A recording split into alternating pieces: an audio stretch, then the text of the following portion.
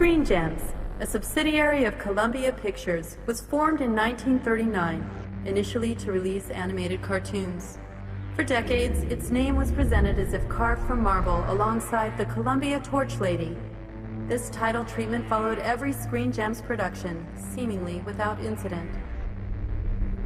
In 1964, the company was rebranded with a newly designed modern logo accompanied by an 8-note synthesized melody composed by Eric Sidé.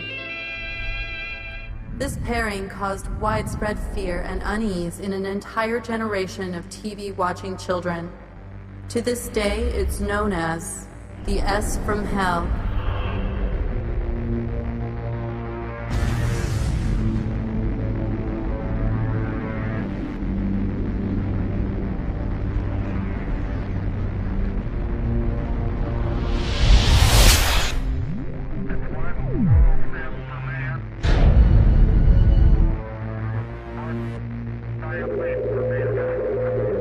I remember it specifically being at the end of The Flintstones and Bewitched.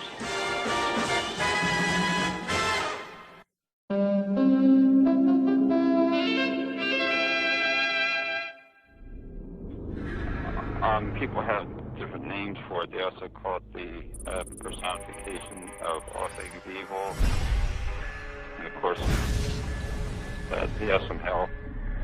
The Screen Gems logo, it was a red whirling kind of a stylized S on a yellow background, and it would come from the, it would come together on the screen amid this really horrific Moog synthesizer music.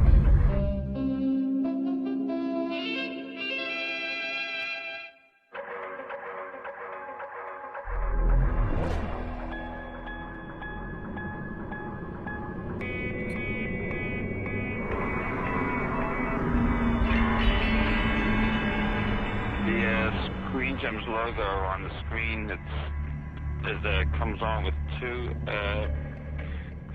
sort of like parallelograms.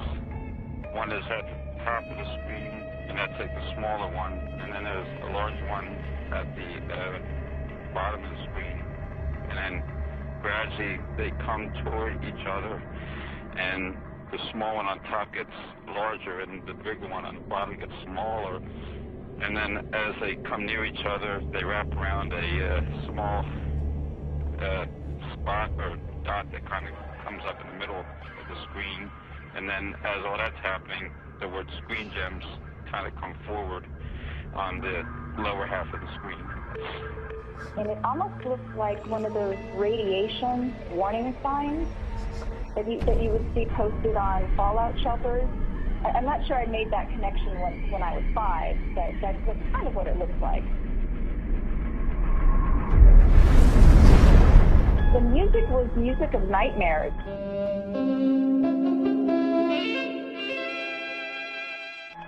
It's the kind of stuff that you would wake up from a nightmare screaming. It was so horrific. That's really the music is the creepiest part, I guess you could say.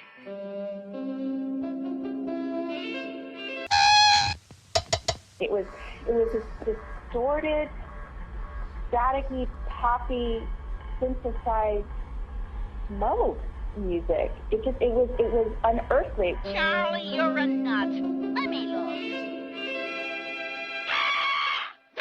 I've heard it's actually it's like in two portions. The first portion I've heard was they recorded violins, and then they ran the tape in reverse, and that gives it that different sound effect. Hey, you so much right now!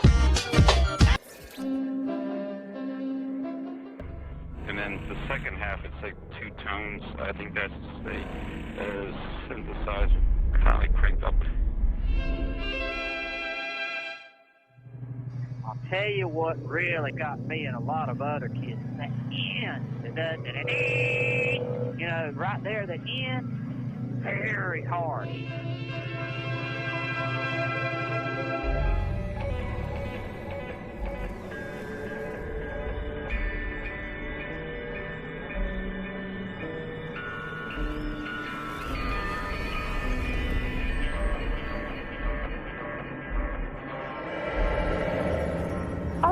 what's odd is I don't remember specifically when it started. I think it just suddenly dawned on me that this thing that I was seeing after, something happy like the Flintstones or Bewitched was going to hurt me, or I don't know what I expected it to do.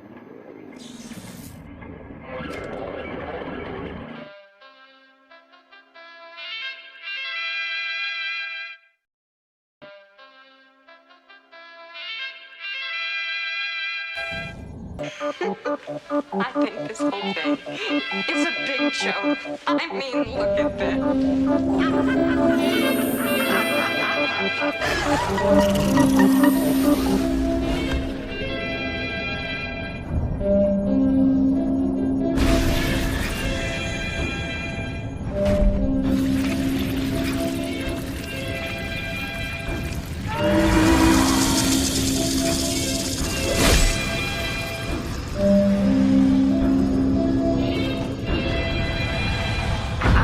sister. Well, I still do. She's still around. And one of her favorite torments she liked to do was to hold me down and to brush her hair over me and say "Screen Jim" over and over, just to torment me.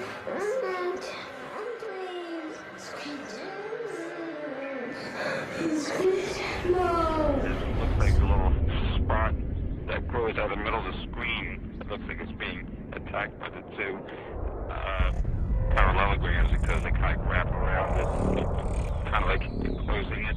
I do remember specifically when the Flintstones were done and the theme music was over. I knew the exact spot. I remember specifically running away from it and hiding behind the couch.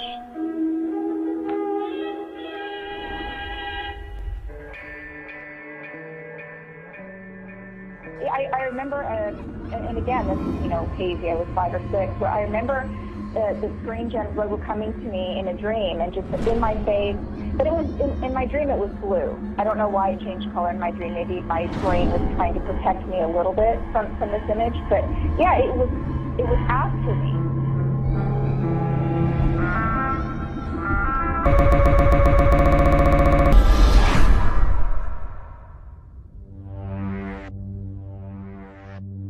I don't think it was the intent of Columbia Pictures or Eric Sedek or anyone involved in the creation of that identification symbol to be anything negative.